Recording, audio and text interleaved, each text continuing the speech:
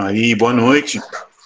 Tudo bom, pessoal? Esse, então, é o nosso terceiro encontro, né? Eu chamo de encontro porque a aula mesmo, ela foi gravada e aqui é mais para uma conversa, para tirar alguma dúvida, para discutir um pouco, para a gente conversar. O conteúdo da aula mesmo, ele foi enviado para vocês, tanto em forma de texto, quanto em forma de vídeo, né?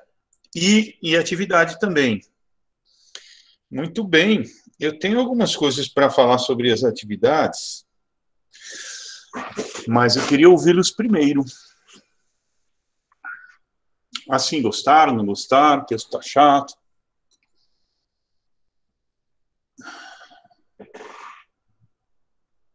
Foi bem tranquilo. Acho que, não... Bom, pelo menos no meu grupo a gente não teve nenhuma dificuldade, assim. É claro, né? Depois a gente sim um pouco ali para encontrar um recurso específico, talvez. No nosso caso, a gente escolheu um país pequeno. Mas só isso.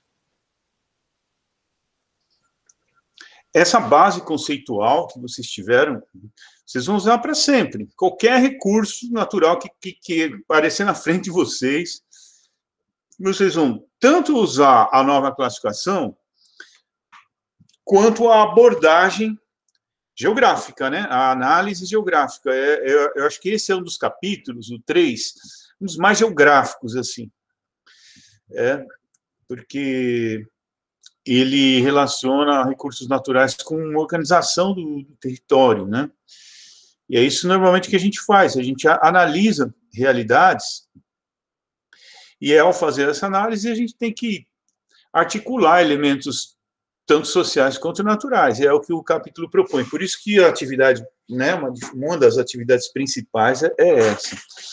Então, isso é uma base para vocês continuarem usando. Não é assim, acabou o curso de Geografia dos Recursos Naturais, esquece. Não. É para usar e praticar. Né? Praticar. Bom, deixa eu fazer assim. Fala, Eduardo. Não, só falar que tá dando para praticar bastante. Meu grupo, a gente tá tendo que pesquisar bastante para conseguir ir fazendo, tá valendo bem. Então, lógico, vocês vão pesquisar uma fonte que tenha, sei lá, um país, né, específico, que vocês se interessem. É muito bom, assim, de repente você escolher um país e dar uma focada nele, assim, sabe? Se você fizer isso uma vez por mês, ou duas, é uma coisa bem enriquecedora. Eu dei o exemplo lá já para vocês da República Democrática do Congo, né? Que eu fui meio que obrigado a estudar, e eu achei que esse é um viés geográfico que a gente não deve perder, né? Bom, o que eu quero dizer é que teve um grupo que ficou perguntando se a Folha, se podia mandar referência bibliográfica na mesma folha ou em folha separada, não sei o quê, não sei o quê. Eu respondi o seguinte: esse tipo de exercício, se você escolheu fazer análise geográfica de um fato, o que eu quero mesmo é o conteúdo da análise. Eu não estou muito preocupado com as fontes, não. Até respondi falando assim, a depender do exercício, por exemplo, claro, relacionar um país, escolher um país e relacionar as informações, a do Earthlight, por exemplo. A atividade número 2 do Earthlight, aquela... Não precisa de referência nenhuma. Eu quero que vocês olhem para aquela imagem, escolham duas áreas e comparem. Normalmente, os alunos costumam pegar uma área clara, uma área escura, né, uma luminosa, uma opaca, e tentar explicar por que uma é luminosa, uma é opaca e tal. Mas esses comentários específicos da atividade eu vou fazer daqui a pouco. Queria ouvir mais vocês. Espera aí, vou pegar aqui um exemplar vivo. Para eu ver as atividades propostas aqui no capítulo 3. Beleza. Professor, Na verdade, eu tenho uma dúvida Peraí. com relação... Não, tá, desculpa. Atividade do capítulo 2, né? Que a gente vai ter... É o capítulo 2 que eu corrigi e mandei para vocês. Tá certo, desculpa. Fala. O que estava falando? É que eu e meu grupo, a gente viu a correção e a gente viu que você colocou que explotação é um termo mais usado em mineração, né? Um pouco. Então, eu não posso... Mas, você tipo, eu não posso usar... Pode usar em outros, com outros recursos. Pode. Agora, no meio acadêmico bem específico, ele vai ser mais aceito. Fora um pouquinho, fugir um pouquinho disso, já vai ficar um pouquinho... As pessoas vão ficar... Assim. É uma coisa bem técnica, vai. Digamos, é um termo bem técnico. Tainá, tá aí? Ela tá? Sim. Vocês usam esse termo na geologia? Explotar?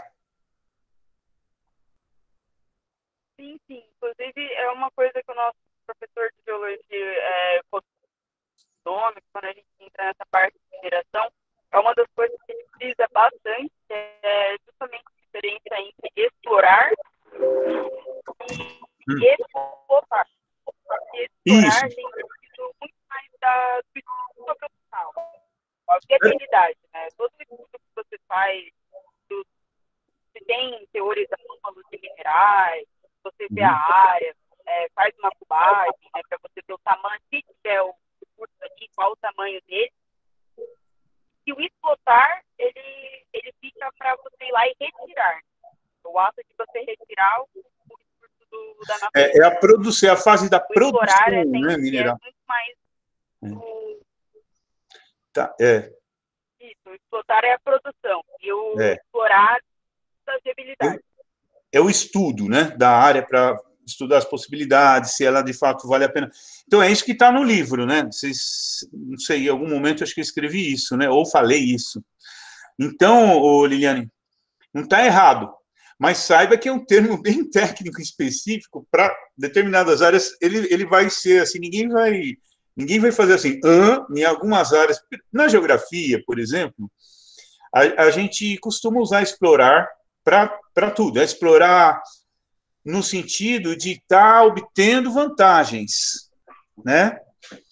Mas no caso de recursos naturais, principalmente os minerais, não é explorar, não quer dizer isso. Quer dizer a fase de estudo para ver se aquela reserva, aquela jazida tem uma possibilidade de exploração econômica, o que precisa de infraestrutura. Tudo Vocês vão ver no capítulo 5, não, 6, as fases, né? Desde da prospecção, do estudo, da exploração, até o fechamento, até a recuperação de área degradada, assim, essas fases. Tá? Então, não está errado.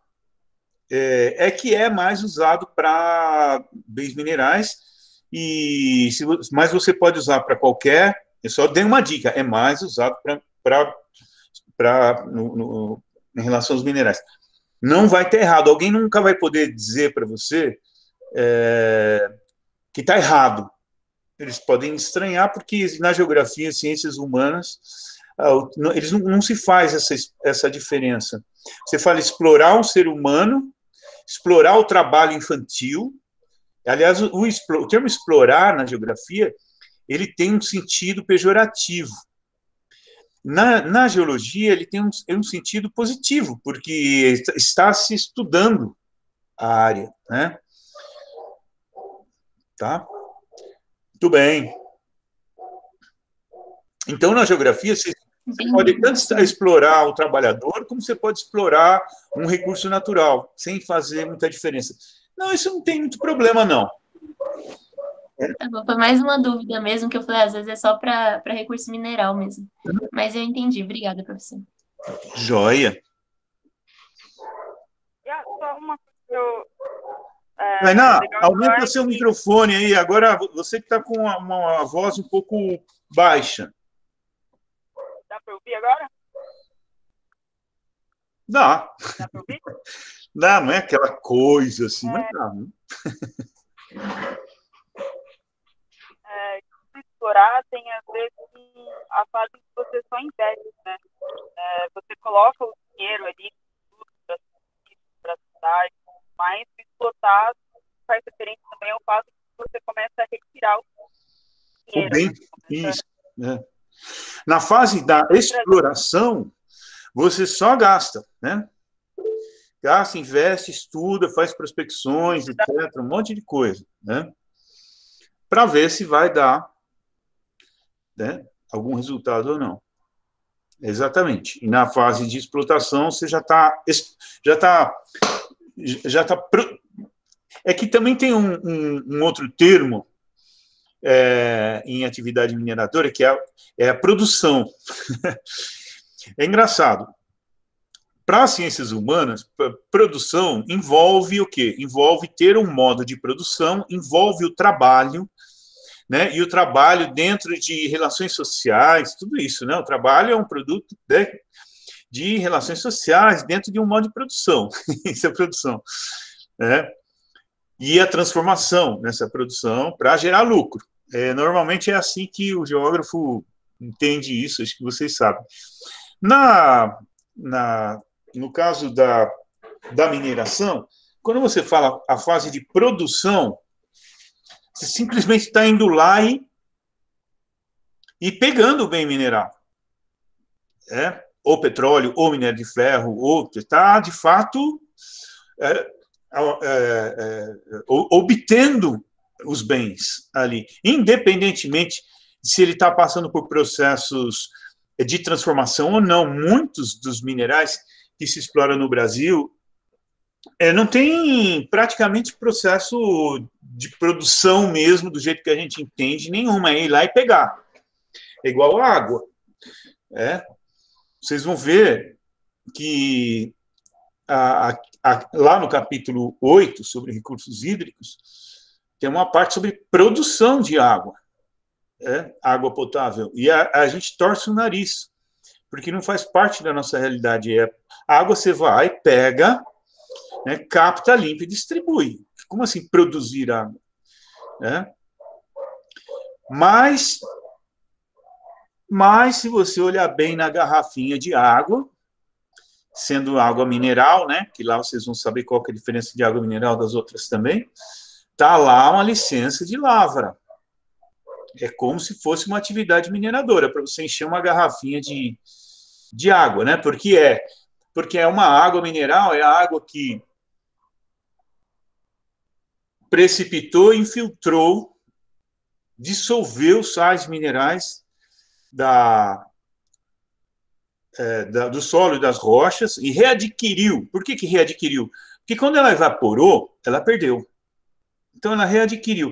Então, essa água mineral, apesar de todas as águas terem algum conteúdo mineral, conceitualmente está lá a lei que define e tal, está lá no capítulo 8. Tá? Mas o que eu estava dizendo? Eu estava dizendo que... O que eu estava dizendo mesmo? Antes de falar da água? Para a gente é esquisito falar em produção de água. Por exemplo, minério de ferro, que você vai lá, ele é tão puro, né, que você vai lá e pega, põe nos comboios e leva para o porto. Onde é que está a produção aí, né? Entende? Então, tem umas pequenas diferenças conceituais em relação à geologia e à geografia, como também tem em relação à geografia e à biologia, por exemplo. Tá? Vocês vão ver, né? Em biologia, se você fizer um quadrante assim para ver quantas espécies tem lá, aí eles chamam isso de método, a gente chamaria isso de técnica. Então, não tem problema.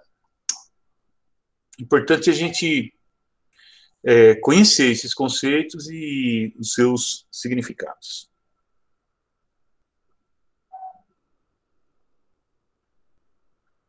Alguém mais quer fazer algum comentário aí antes de eu começar a falar de algumas coisas que eu anotei?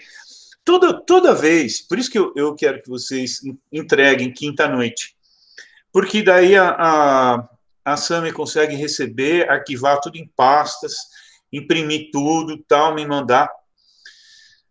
Aí eu corrijo, e ela envia de volta para vocês, para quando chegar na terça, todo mundo já ter visto alguma coisa da correção, às vezes eu escrevo mais, às vezes escrevo menos, para a gente poder conversar um pouco, tanto sobre o capítulo, quanto sobre a atividade e as correções. Então, toda vez eu vou ter uma folha assim, ó, com anotações que eu vou fazendo conforme eu vou lendo os exercícios. No geral, estão muito bons. Quer dizer, nessas alturas, vocês já escrevem bem, né? Professor, com licença. Surgiu uma dúvida no meu grupo. Parece que alguém se confundiu. Se era para, das atividades, fazermos todas as perguntas, todas as questões ali, ou se era para selecionar uma questão e responder. Seleciona uma. Seleciona uma. Tá? Entendi, obrigado, professor. E essa uma tem que caber dentro de uma página, e não importa, sabe? Você vai falar, então não vou colocar o nome do grupo, quer dizer, vou me vingar. Ou não vou colocar. Não, gente, eu já expliquei bastante isso para vocês. É o critério que vocês têm que ter. O que é importante eu colocar informação ali para falar. E não adianta pegar a margem e excluir as margens e fazer letrinha desse tamanho e sem espaçamento para poder caber tudo ali, porque aí você vai estar engambelando o seu poder de síntese e dificultando a minha correção, porque eu já sou quase um vacinado. a minha vacina, acho que daqui umas 2 semanas sai, então eu já sou praticamente um pré-idoso que não enxerga direito, e se vocês fizerem aquelas letrinhas pequenininhas, bem pequenininhas, assim, para caber tudo ali e tal, aí é difícil. Mas eu não vou repetir, vocês já entenderam. Tá? Bom. Professor, já foi retornado as correções, porque meu grupo ainda não recebeu o retorno. Aí eu não sei se foi ou não. Você deu uma checada com o teu grupo, Breno? Haritz também não recebeu? Não, eu sou do grupo dele. Então manda uma mensagenzinha para a Samia, naquele Venturi Becker lá, tá? Aquele... Beleza. Falou, Samia, você mandou o nosso? Não sei, porque ela ia mandar para um do grupo. Ela não ia ficar olhando um por um, e-mail por e-mail na lista, quem que às vezes é de um, quem é de tal. O combinado é que ela mandasse para um, ou, de repente, cópia para todo mundo, mas se virem com elas aí. Tá bom, Breno? Pergunta para ela. Tá bom, obrigado. Tipo assim, tá, não resolveu, transferir o problema para o outro. Não, eu vou mandar, sim. Vou fazer isso agora já. Tá bom. Inclusive, quando a gente faz essa live aqui, não sei se dá para chamar isso de live, não sei. Ela também está, outra monitora, Ana Cláudia, também estão convidados. Bom, nós estamos aqui com 21 alunos. A popularidade aqui, o Ibope, não está lá muito alto, né, porque são 2 turmas. Mas vamos lá. Se ninguém tiver mais nada para falar ou para perguntar, eu vou só dar umas poucas dicas, não são muitas, que, como eu disse, nessas alturas, vocês já estão aí, 7º semestre para frente, vocês já escrevem super bem e tal. Apesar que eu sou chato, né? Vocês já perceberam que até vírgula, se tiver lá, eu corrijo, se tiver faltando um acento, indicador de crase, eu corrijo. Eu sou bem chato com isso. Mas, assim, no geral, o texto de vocês é bom. E, Vitor, eu tenho uma dúvida. Em relação aos impactos positivos da exploração de recursos naturais, que eu, quando pensei, eu não consigo pensar em muitos impactos positivos no âmbito natural, assim. Não existe, Tem exemplos? não existe impacto natural. O impacto é sempre causado pelo homem, pela sociedade. Nem negativo, nem positivo. O que acontece na natureza, por exemplo, se há um tsunami ou um terremoto, alguma coisa, são ajustes, né, de pressão, de temperatura, da natureza, da atmosfera. Então, não dá para falar impacto. Impacto é quando que ocorre um impacto? Quando a dinâmica social ela não respeita a dinâmica natural. Que a dinâmica natural ela é mais ou menos fixa, né? Por exemplo, todo mundo sabe quanto tempo uma floresta leva para se recuperar, uma floresta tropical, com uma população de peixes, quanto que você pode pescar, quanto que não, solos, o quanto que você pode explorar, que técnicas você usa para ele não se esgotar, se você fizer diferente, ele vai se esgotar. Então, tem lá a gente já tem conhecimentos suficientes sobre a natureza para entender como ela funciona, a maior parte das coisas, não tudo, dos fenômenos. Então, se a sociedade, né, para acelerar os processos, não respeita esse ritmo, por exemplo, dos solos, né, aí eles vão se esgotar. E aí, assim por diante, de floresta, de população de animais. Os únicos que não vão se esgotar são os inesgotáveis. Então, o impacto, Tainá, pensa em impacto como resultado de uma ação social sobre tanto a natureza quanto a própria sociedade. O que é impacto? Impacto é uma mudança de valor, mas é uma mudança brusca de valor. Porque se não for brusca, tudo está sendo impactado. Tudo não muda o tempo inteiro? A natureza está mudando o tempo inteiro, a sociedade está mudando, então está tudo sendo impactado? Não. O conceito de impacto, ele implica em uma mudança brusca de valores. Se não for brusca de valor, se for gradual, por exemplo, uma mudança num ambiente causada pelo ser humano, mas assim, gradual, e aí tem outros conceitos. Tem um que eu gosto muito, que é do professor Carlos Augusto Figueiredo Monteiro, que eu gosto muito, que foi quem me deu aula de recursos naturais em 1980, que é o conceito de derivações antropogênicas. Então, se as transformações não são bruscas, você pode usar esse conceito. Então, a questão do impacto que você tinha perguntado,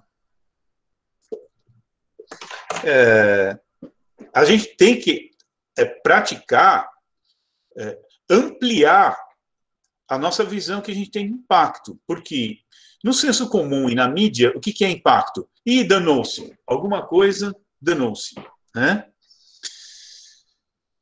Mas eu posso ter impacto positivo, tanto ambientalmente quanto socialmente. Por exemplo, quando você transforma um lixão em aterro sanitário e ainda faz aquele esquema de termovalorização, como eles fazem muito na Alemanha e em outros países, de queimar ainda tudo que sobra para gerar energia elétrica, etc., você está tendo um impacto tanto ambiental quanto social positivo, porque você está diminuindo a disseminação de doenças, está a infiltração de chorume nas águas superficiais, etc. O fato é que a nossa visão está sempre muito ligada ao ambiente e ao negativo. Em algum momento do livro aí, eu não sei onde, tem algumas variações de impacto, e tem até uma bibliografia que eu uso, deve estar mencionada aí em algum lugar aí, se alguém quiser já saber.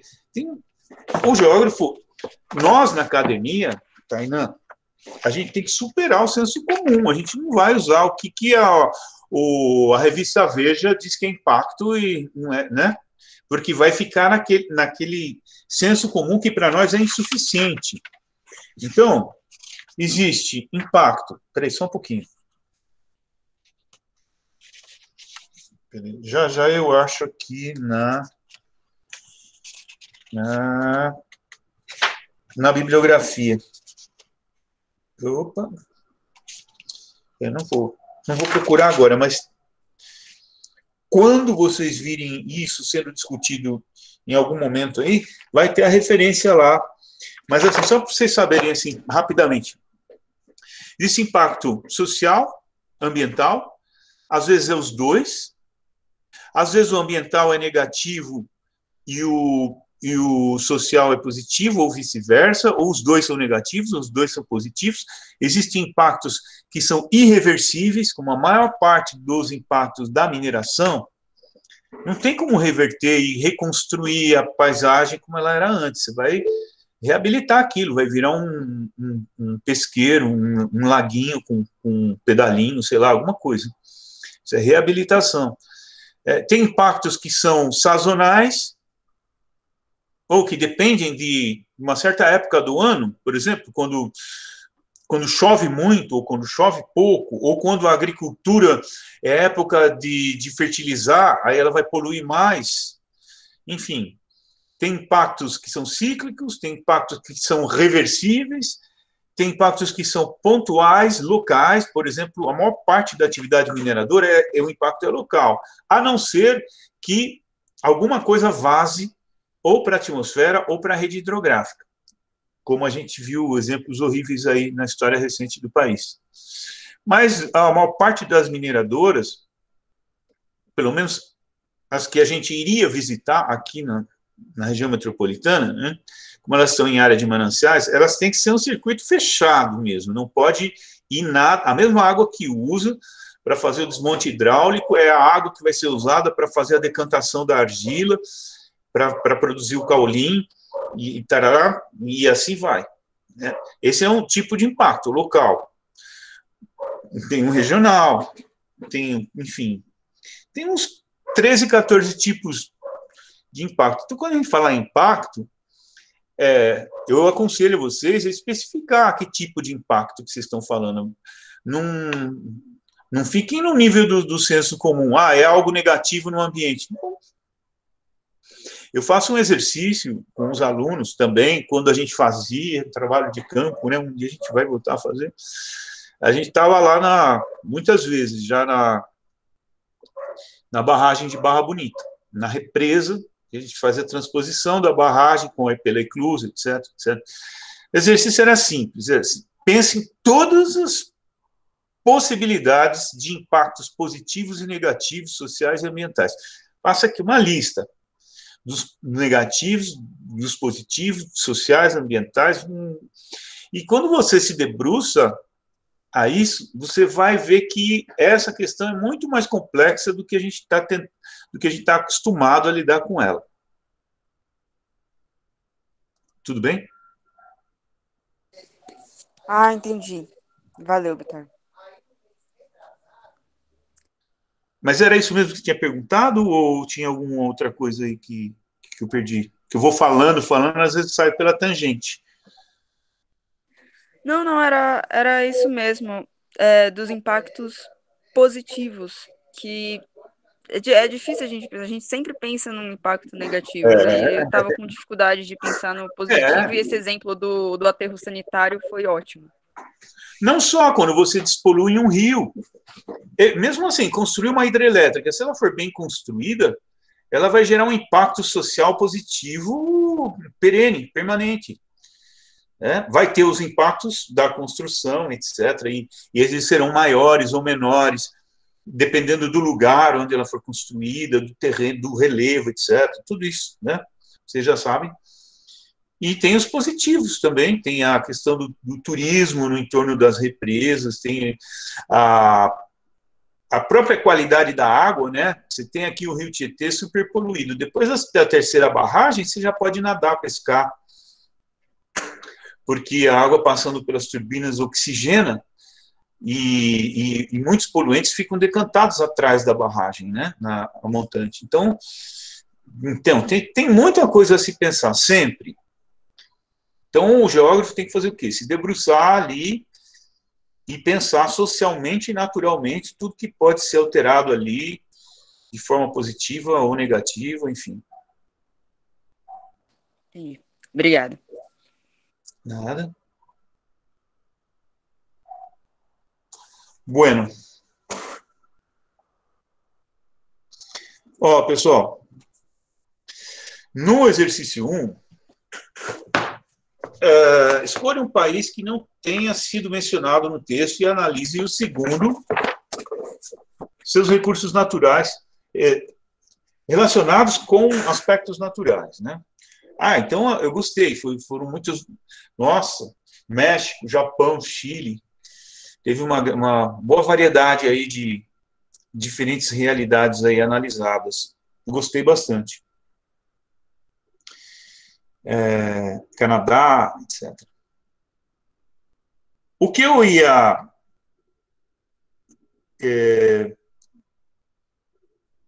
dizer em relação aos exercícios, e eu disse isso por escrito para quem recebeu, quando eu achei necessário, veja o enunciado. Relacione com os aspectos naturais. Então, tem que haver uma relação entre A e B, ou seja, recurso natural e aspecto natural.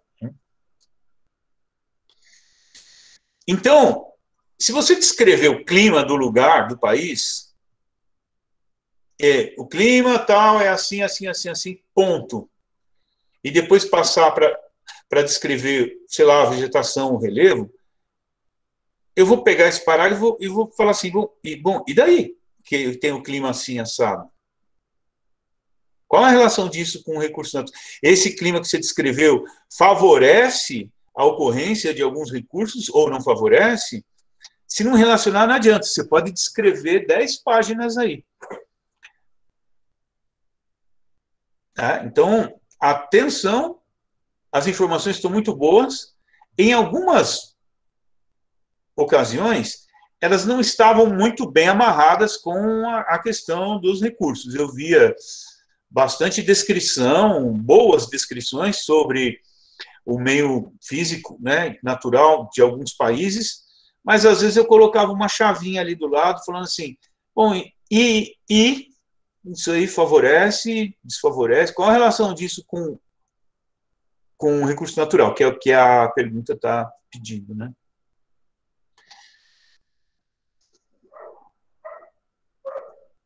E isso sempre, viu, gente? Quando vocês forem descrever uma paisagem é um conceito que exige uma análise integrada e uma descrição integrada. A gente vai ver mais isso. Então, a paisagem é uma resultante da integração de diversos componentes climáticos, geológicos, certo? Tem a vegetação, tem a hidrografia, etc, etc. Então, é um conjunto em perpétua evolução, bem articulado com a ação trópica. Essa é a perspectiva sistêmica de paisagem. Então, a paisagem é um conjunto. Lembra da síntese? Você separa os elementos e depois junta, né? Vê como eles se interagem. Então, às vezes, o aluno, ao descrever a paisagem, ele orientando o meu. Quando é orientando o meu, a gente tem mais liberdade, assim, de brincar com algumas coisas, né? Então, por exemplo, descreve a sua região. A minha região que estou estudando é assim, o clima é assim, assim, assim, assim, assim, ponto. O relevo é assim, assim, assim, assim, ponto. A vegetação é assim, assim, assim, ponto. E na frente de cada ponto, para sacanear, eu escrevi assim, e daí que o clima é assim? Essa informação está solta aí, não significa nada. E aí, o relevo é assim, assim, assim, ponto. Aí eu, para sacanear, colocava lá, e daí que o relevo é assim? Você desmontou a paisagem e deixou ela desmontada lá? É claro que existe relação, se o relevo é assim, ele é assim porque o clima é assado, porque a hidrografia é assado, se os solos são assim, é claro que os solos são assim, porque tem ou não tem cobertura vegetal, porque o clima é quente, úmido, é seco, sei lá o quê. É claro, então, é difícil costurar a paisagem inteira como o Aziz faz. O Aziz Absaber, ele sabe fazer isso melhor que ninguém. Mas tenta relacionar sempre uma informação com outra, nem que seja assim, um ganchinho só. O relevo apresenta um modelado convexizado, de morros convexizados. Por que os morros são convexizados? Você só tem morro convexizado onde tem clima quente e úmido. Se não for quente e úmido, os morros não vão ser de vertentes retilíneas, igual aquelas paisagens que a gente vê de clima frio, que é retilíneo, então picos, né? Picos bem finos e vertentes, assim, tá? Se for clima tropical, não, só em alguns casos ele pode ser tipo pico, né? Mas aí é uma questão geológica. Por exemplo, o Pico de Jaraguá é uma exceção naquele conjunto lá, porque lá é quartzito, então não adianta chover calor em cima, que ele não vai arredondar igual aos morros graníticos que tem ali no conjunto todo, e metamórficos ali daquele conjunto. Entendem? Então, essa é a principal dica. Não coloquem informações soltas, porque eu vou sacanear, eu vou perguntar, e daí? Na frente daquele parágrafo. Se ele não ajudar a explicar algo, bom, mas isso ocorreu poucas vezes.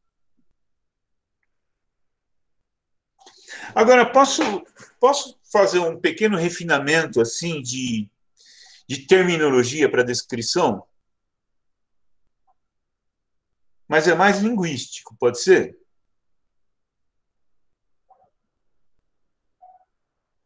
Mas está um silêncio aqui nessa sala de aula. Professor, por favor.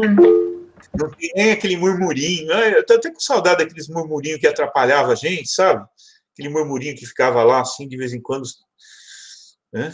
Bom. Professor, sabe qual é a dificuldade? A gente não sabe se é uma pergunta ou é uma pergunta que o professor está falando. Agora eu vou fazer isso. E aí a gente fica em dúvida se é para responder, se não é para responder. Fica meio... Não, eu perguntei, eu vou fazer, tudo bem? Eu falei, tudo bem? Aí o Haritz levantou o dedo, assim, tal.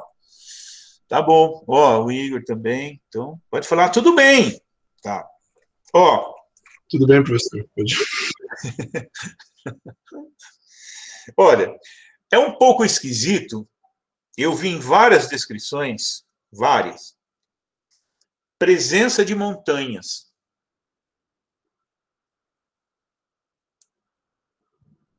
Porque presença dá a impressão assim que na semana que vem você passa lá, elas estão ausentes, elas não estarão presentes mais. Eu usaria para fatos naturais, ocorrem, né? Ocorrência ou existência.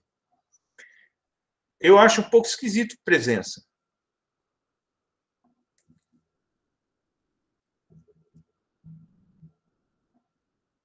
Outra coisa, eu vi umas 3 vezes que aquela ocupação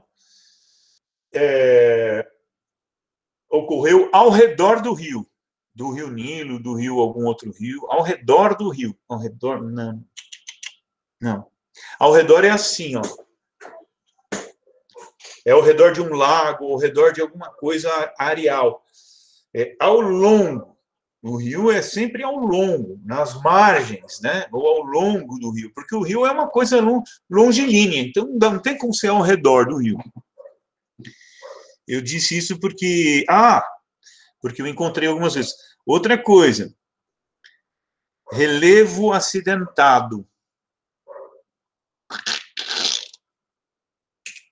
O que é um relevo acidentado? Eu vi várias vezes isso.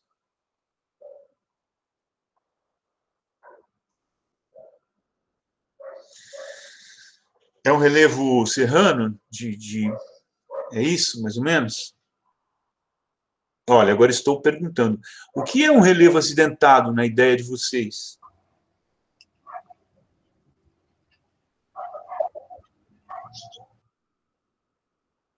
Não ouvi, Igor. Aí você me pegou, professor. Eu tenho como ideia de relevo acidentado relevo escarpado, assim, entre... Cheio de sobe e desce. Uhum. Certo. Então, a partir de agora, não usa mais isso, porque isso você vai ver no jornal, em algum lugar, isso é comum. Um relevo que vocês eventualmente chamariam de acidentado, vocês devem chamar de dissecado. Dissecado, porque ele se formou. Vocês sabem como um relevo se forma, né? Forças exógenas, endógenas. Então, é um relevo dissecado, é um relevo serrano, é um relevo muito sinuoso, sobe e desce, etc. Dissecado não é porque é seco, não, tá? Porque ele está enrugado. E, inclusive, os relevos dissecados normalmente têm a ação da água muito forte aí, né? Para aprofundar os fundos de vale. É quando um rio aprofunda um fundo de vale, escavando, ele está fazendo o quê? Ele está dissecando o relevo, tá? Com toda aquela água. Outra coisa, também a gente tem mania de usar onde para tudo. Então, procurem usar em geografia onde, só para quando vocês falarem de lugares. Essa é uma dica, vai deixar o texto de vocês melhor, tá? Então, aquele processo onde foi feito... Não. Processo não é lugar. Aquele processo em que, no qual, alguma coisa vocês usam no lugar. Então, quando vocês forem se referir a lugar, aí vocês usam onde, tá bom? Posso passar para o segundo exercício? Pode, professor. Oh, alguém respondeu.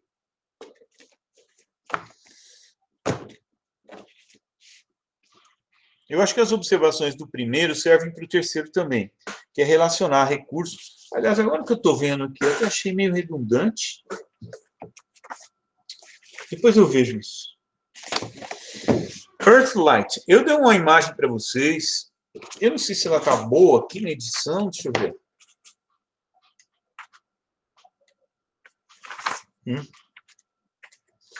Tá. Dá para ver que tem áreas bastante luminosas e áreas muito opacas, escurecidas, etc., né? Não é? Muito bem. Observe a imagem Earthlight, escolha duas áreas do planeta e faça uma análise comparativa considerando os recursos naturais disponíveis. E olha a dica aqui que está na legenda da figura, não é para sair essa dica aqui. Earthlight traz à luz o contraste entre disponibilidade e apropriação e uso dos recursos.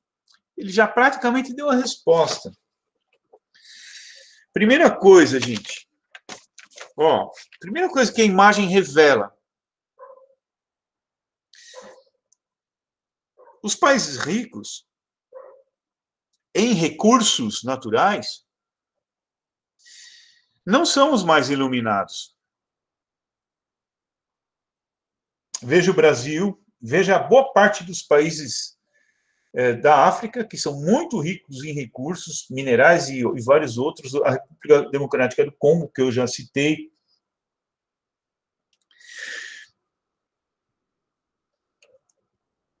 E muitos países pobres em recursos naturais estão super iluminados.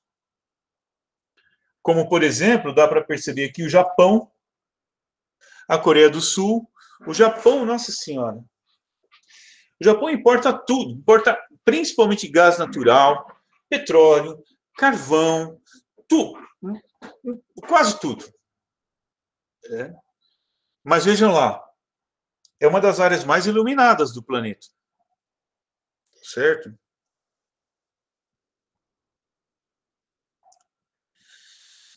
Tá, então, se você pegar a Nigéria e o Japão, vocês vão entender o que eu estou dizendo. A Nigéria é muito mais rica em recursos do que o Japão, mas ela nem aparece aqui. Talvez só a cidade de Lagos, ou Abuja, que é a capital. Tá?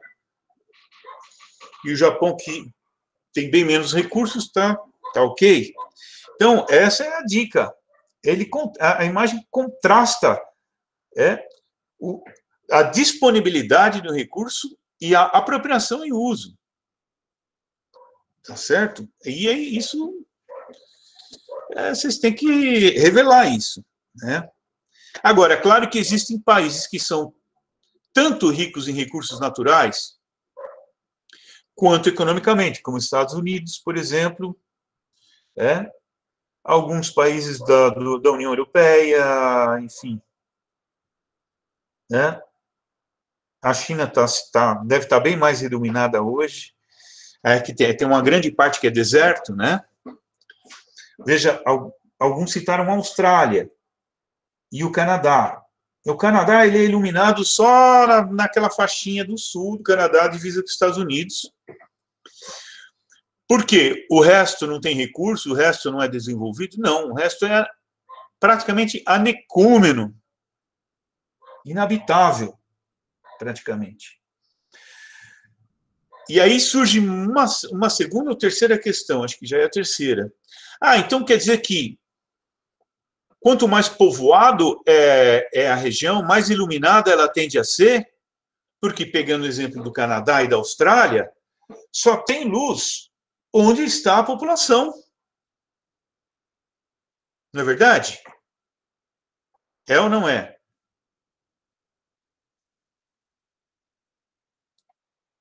Sim, professor. Certo, isso é verdade, mas é meia verdade. Por que é meia verdade? Porque se eu pegar algumas megacidades da África, por exemplo, a que eu citei agora há pouco, Lagos, é uma megacidade. Vocês sabem a diferença de uma cidade global para uma megacidade? Essas coisas vocês devem saber, né? Não basta ser grande para ser uma cidade global. Bom, enfim. E tem algumas megacidades aí que praticamente não aparecem. Por exemplo, a República Democrática do Congo, capital Kinshasa, porque tem o Congo, que é logo ali, que é o Congo belga, que é a capital Libreville. Aliás, Libreville está de um lado do Rio Congo e Kinshasa do outro lado do Rio Congo. São as duas capitais de países mais próximas do mundo.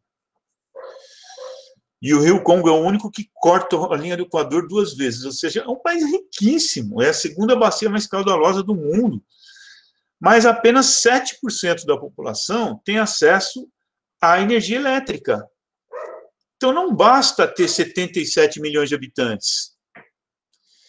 E por isso que eu falei que essa meia verdade. Onde está a população tem mais luz. Isso sim, no Canadá, na Austrália, mas peraí. Tem lugares muito mais povoados e populosos, que também vocês devem saber a diferença entre povoado e populoso, que estão opacos aí, e são riquíssimos em recursos naturais.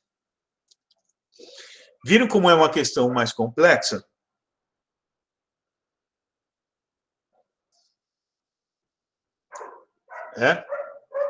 Então, era isso que eu queria que vocês tentassem fazer, assim, pegar duas áreas e comparassem com relação aos recursos naturais, que é o que o enunciado está dizendo. E não só dizer que o país é rico, o Canadá é rico, a Austrália, a Europa, etc., e, enfim. Entenderam? Bom, no meio disso tudo, a gente pode tirar uma conclusão. Alguém quer arriscar? Tirar uma conclusão?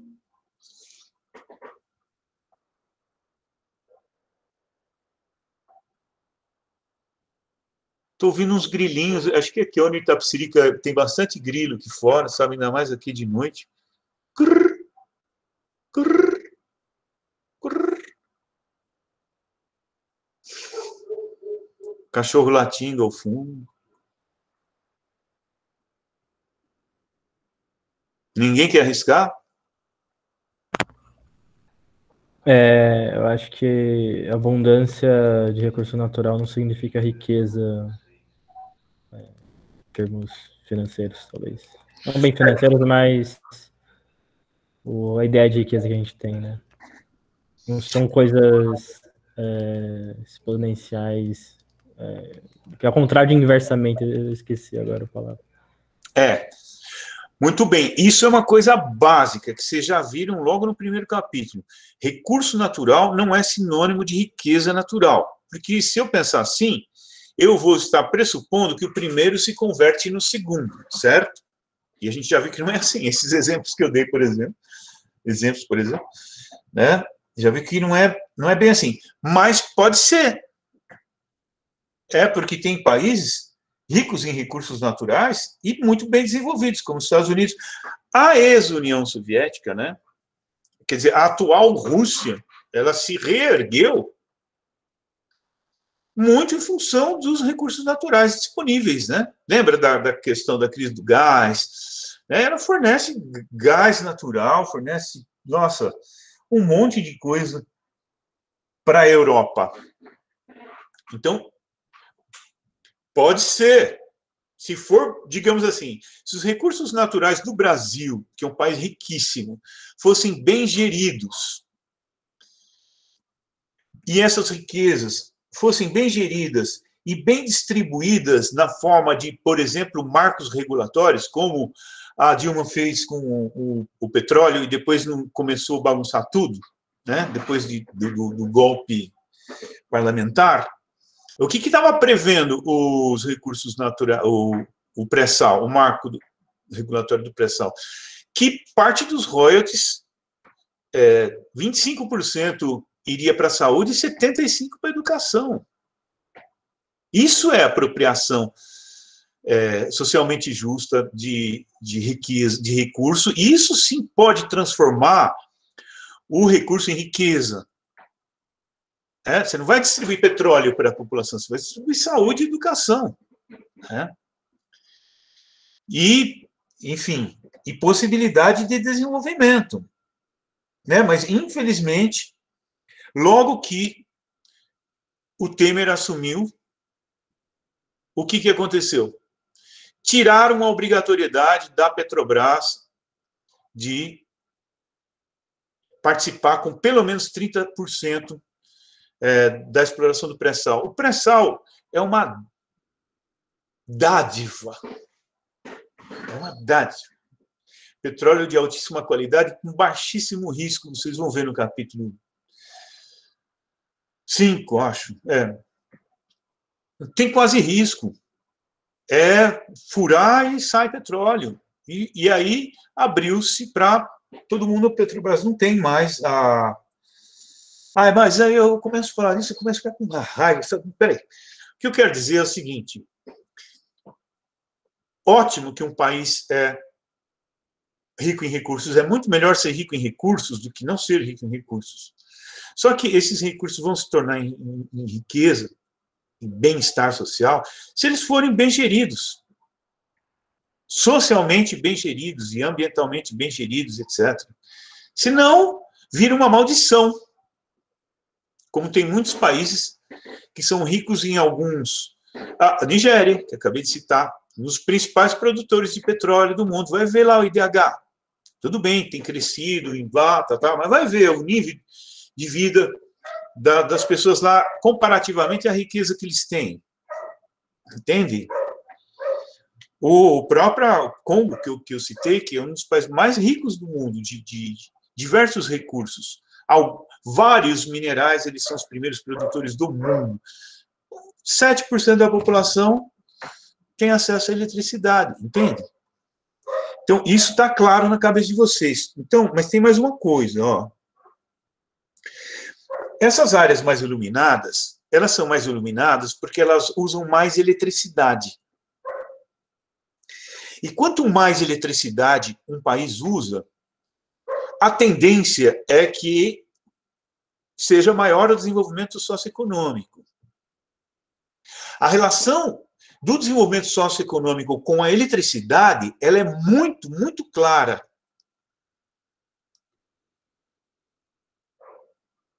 Tá certo? Agora, isso não significa que os países que usam mais eletricidade, que estão mais iluminados ali, e que são os países de maior desenvolvimento econômico, Isso não significa que eles sejam os países mais ricos em recursos naturais. Pode até ser. Estados Unidos tem recurso natural de tudo quanto é tipo, também muito, né? Canadá, a própria Rússia, enfim. Tá? Então, é o uso da eletricidade que revela aqui o quê? Que o desenvolvimento socioeconômico ele não está necessariamente ligado à disponibilidade de recursos naturais, mas à apropriação dos recursos naturais. Então, muitos países que estão opacos aí estão fornecendo petróleo. Veja a Venezuela. Estão fornecendo petróleo. Veja a Nigéria. Estão fornecendo petróleo e muitas outras coisas. O cobre do Chile. Bom, o Brasil nem se fala. Dá uma olhada, gente. Dá uma olhada no Pará. O Pará é um dos principais produtores minerais do Brasil. Tudo ele é o primeiro, segundo ou terceiro maior produtor do país. Dá uma olhada lá, se você vê alguma luzinha. Entenderam? Não é discurso, isso. Professor. Não estou fazendo um discurso político aí só porque eu mencionei essa mudança de governo, mas... eu não aguentei. Eu mencionei mesmo, tá? Quer gravar, pode falar o que quiser. Não aguentei. Porque tanta raiva que eu fiquei. Liliane, só um minutinho, que tinha um negocinho aqui que eu ia... lembrei que ia falar. Vocês vão ver ao longo do livro que outros recursos naturais também servem de indicador de desenvolvimento socioeconômico. Vocês vão ver, por exemplo, que o consumo de alumínio per capita ele é um indicador de desenvolvimento socioeconômico. Então, por exemplo, se o Japão tem um consumo de 20 quilos per capita por habitante de alumínio, o Brasil teria 4. Esse dado foi o último que eu vi, eu não sei se ainda está assim.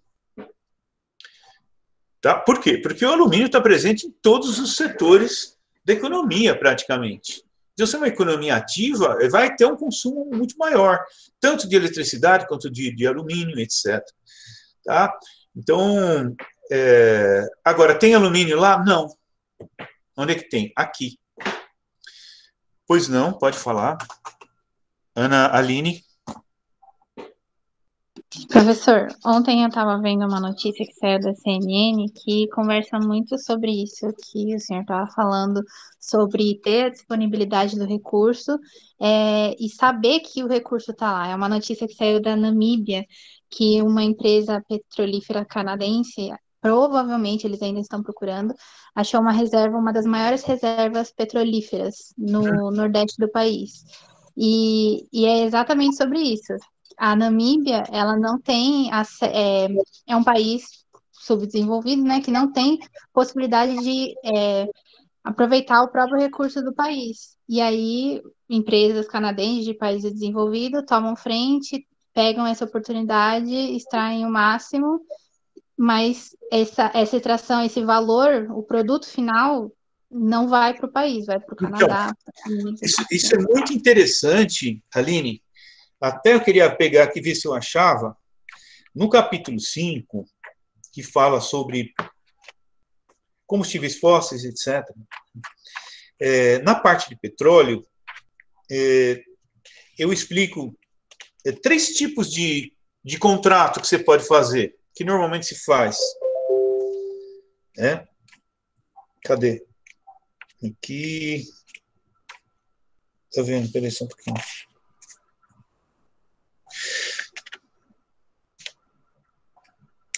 Eu não vou... Peraí só um pouquinho.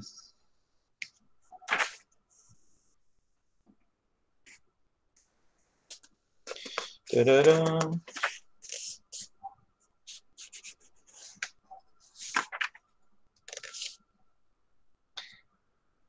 Então, eu não vou achar agora, assim, com pressa, mas no capítulo 5, na parte de petróleo, existem diferentes tipos de contratos que você pode fazer. bom, é compreensível que um país que possa ser muito rico em petróleo, como a Namíbia, e deve ser mesmo, porque ela está numa situação de plataforma continental muito parecida com o Brasil, né? O tipo de margem continental, chamada Atlântica, é a mesma, porque o Gondwana separou, está empurrando os continentes para cada um do seu lado, e são margens muito parecidas, não tem subducção, formação de cordilheiras, igual tem na margem do Pacífico. Então, se aqui tem, né, do lado de cá tem, é bem possível que do lado de lá também tenha, porque, inclusive, você tem bastante sedimentação também lá. Mas aí, digamos, é um país que não tem condições de explorar. Então, ele vai fazer contratos com empresas e países estrangeiros, né? E aí é que está. Que tipo de contrato é esse? Né? Você continua com o domínio, você libera totalmente, você não vai ter uma participação mínima ali de empresas nacionais. Como é que é esse contrato? A empresa pode ser contratada só para explorar, por exemplo, o campo de petróleo de Majnoon, no Iraque, nos anos 70, 1970, é um campo gigante. Inclusive, acho que o nome que deram a ele, Majnoon, quer dizer louco, em árabe. Acho que eles ficaram loucos de ver tanto petróleo assim. Foi a Petrobras que descobriu. Então, a Petrobras foi isso. Quem relatou foi um petroleiro que inclusive, contribuiu aí para esse capítulo, que foi aluno nosso. E descobriu. Ela foi contratada para fazer essa parte da exploração. Terminou? Muito obrigado. Quanto que a gente lhe deve pelo serviço? Toma lá. Quem vai se apropriar disso somos nós, iraquianos, né? Então, isso depende. Depois vocês deem uma olhada quando chegarmos no capítulo 5, a gente vê isso com mais detalhe, tá bom? Esses tipos de possíveis de contrato. Para que o país, mesmo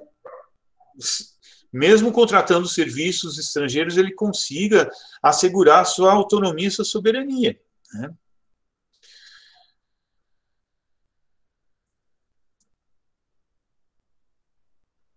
Mais alguém?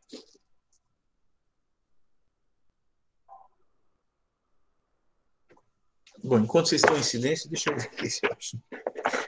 Que eu estou encanado.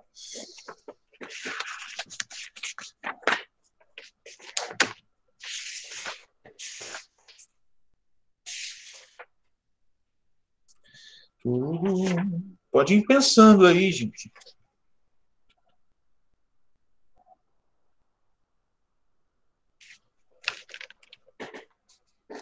Olha só. A Petrobras era responsável pela condução e execução de todas as atividades relacionadas à exploração, estudo, avaliação, desenvolvimento e produção do pré-sal. Claro, está dado ali, está. Quem que falou Deus é brasileiro? Acho que foi o Lula que falou, quando se confirmou o pré-sal, né? Mas o pré-sal está sendo explorado desde os anos 70. Olha quanto tempo demora para chegar na fase de produção, muitas vezes, né? Tinha no mínimo 30%. Então, logo ocorreu a mudança de governo, em 2016 foi aprovada a Lei 13.365, que desobriga a Petrobras de participar das operações de pré-sal, abrindo totalmente as reservas para empresas estrangeiras, ferindo, a meu ver, a soberania nacional. E aqui tem, aqui, na página 109 do livro, Haritz, você que tem um livro aí, abre aí. Esquema de concessão e partilha. Eu não vou ler aqui para vocês, mas vocês já têm lá no material que vocês têm, vocês vão ter isso aqui, que explica as vantagens e desvantagens de cada tipo de esquema quando você se une a companhias estrangeiras e países estrangeiros.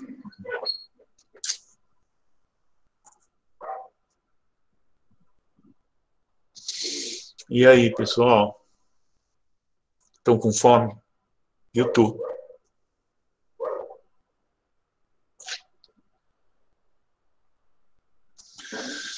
Então tá bom. Deixa eu ver se eu não tenho mais.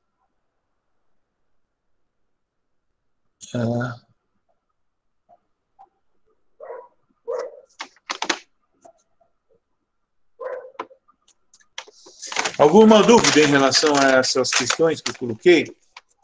Aquela primeira questão é bem importante, tá? O texto, o que é um texto? A palavra texto. A palavra texto, ela é particípio passado do verbo tecer. Né? Então, eu posso falar tecido ou texto. Tanto é que você tem lá indústria têxtil. Né? Então, por essa origem aí, etimológica, você já percebe, então, que uma parte tem que estar costurada com a outra. Né? Aquilo que eu falei. Você pega, junta lá os retalhos, né?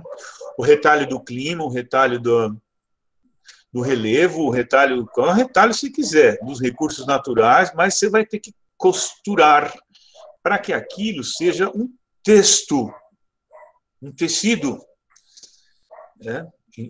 E não uma colcha de retalhos soltos, ok? Essa é uma coisa que vai servir para vocês para sempre.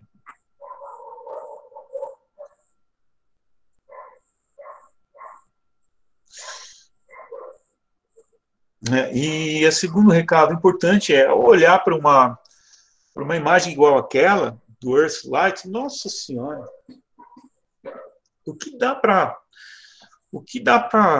viajar em cima dela, analiticamente, né? Tendo como pano de fundo a questão dos recursos naturais. Né?